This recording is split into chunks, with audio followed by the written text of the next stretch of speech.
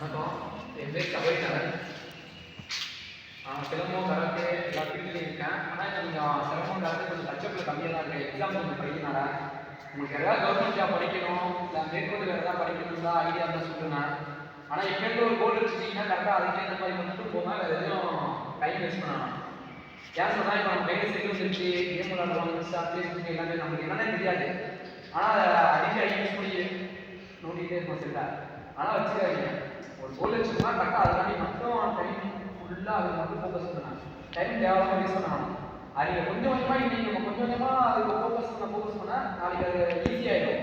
நீங்கள் கடைசி நேரத்தில் வந்து நீங்கள் எல்லாம் படிக்கணும், ஏதாவது ஒன்று போகணும், யூனிஃபார்ம் சர்வீஸு இல்லை டிஎன்பிசி ஏதாவது ஒன்று போகணும்னு நினச்சா அப்போ ரொம்ப கஷ்டமாக இருக்கும். சரிங்களா? சின்ன பையனா நான் சொல்கிறது கொஞ்சம் கம்மியாக முடியும். ஓரளவு காலேஜ் போகிறவங்க 11th 10th போகிறவங்க டக்குனு முடியும்.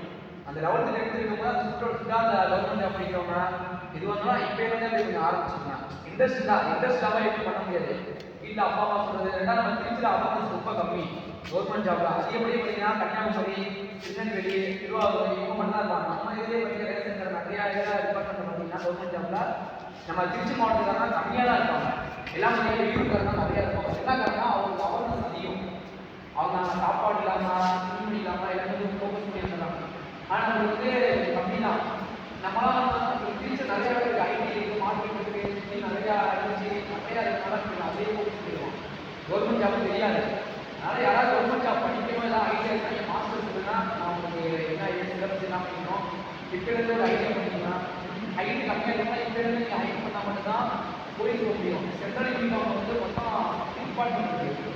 ஜிடி இருக்குது, அது எஸ்எஸ்சி, சிஆர்டிஎஃப், சிஎஸ்எஃப்னா யாராவது சென்ட்ரல் யூனிஃபார்ம் சொல்லி யாரும் தெரியுங்களா? தெரியுங்களா? நம்ம தமிழ்நாடு போலீஸ் தெரியுங்களா?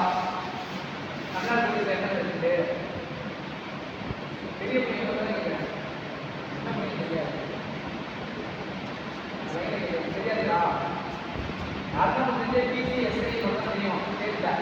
ஆனால் ஸ்டேட்லேயே நிறையா இருக்குது. இது வழக்குறை இருக்குது, நிறையா டிபார்ட்மெண்ட் தனியாக பிரிச்சுக்காங்க. சென்ட்ரலில் போகும்போது ஒரு எக்ஸாம் படிக்க ஒரு சென்டர்னால மற்ற எக்ஸாம் 10 வேலை கிடைக்கும். 10ல் 1 வருஷம் வீடாக வாங்கினா நம்ம 20 சேர்க்கலாம். ஃபோக்கஸ் பண்ணிங்கன்னா ஒரே எக்ஸாம் தான் இருக்குன்னா கடைசியாக பிஎஸ்எஃப் ஒரு வாட்ஸ் அது நான் தப்பானது. ஆனால் அது அதுவே நமக்கு கிடைச்சிருக்கு. அது தப்பானது, அது வெளியே உத்தரவாக இல்லை. ஆனால் அதுவே நமக்கு கிடைக்கும். நம்ம பேசிக் என்னன்னா ஃபஸ்ட்டு இது போனால் சிஎஸ்எஃப் ஒன்று இருக்குது. அந்த ஏர்போர்ட்லாம் பார்த்தீங்கன்னா கண்ணை வச்சு கொடுப்பாங்களா ஐக்கிய பாட்டு அது பெஸ்ட்டு கான்செப்ட் தான். ஆனால் அதுக்கே நல்ல சேலரி, நல்ல அலவன்ஸு, நம்ம சமூகத்தில் நமக்குன்னு ஒரு மரியாதையாக இருக்கும். கவர்மெண்ட் ஜாப் எது வேணால் போகலாம். ஆனால் யூனிஃபார்ம் போட்டால் நம்மளோட கடற்படைக்கு நம்மளோட கடற்படைக்கு சுற்றிலும் எல்லாத்துக்கும் மரியாதையாக இருக்கும். புரியுதுங்களா? இப்போ ஒரு கோலில் வந்து எய்ம் பண்ணிக்கணும்னா ஹைட்டாக கவர்மெண்ட் ஜாப் போக முடியாது நினைக்கிறவங்களாலே போக முடியும். சரிங்களா? ஏஜ் 18 42 வயசு வரைக்கும் டிஆர்னு இருக்கு. உங்களோட அப்பா அம்மா யாராவது இருந்தாங்களா இல்லை அவங்க வந்து ஆர்மிக்கு யூனிஃபார்ம் சேர்ந்து போகணும்னு ஆசைப்பட்டாங்களா மைண்டில் வச்சுக்கோங்க. வீட்டில் போய் சொல்லுங்க. 10th குவாலிஃபிகேஷனில் வந்து 42 வயசு வரைக்கும் அதை அட்டன் பண்ணலாம். டிஆர்னு ஜஸ்ட்டு அத்தனைக்காக ரன்னிங் ஓடினா மட்டும் போதும். சரிங்களா? 1000 மீட்ரு தான், 1.5 கிலோமீட்டர் ரன்னிங் கரெக்டாக ஓடினா பாப்பா அத்தனை ரொம்ப வேகாக சொல்கிறாங்க. எல்லா மைண்டில் வச்சுக்கோங்க. எல்லாத்தையும் சேர்த்தா சொல்கிறேன்.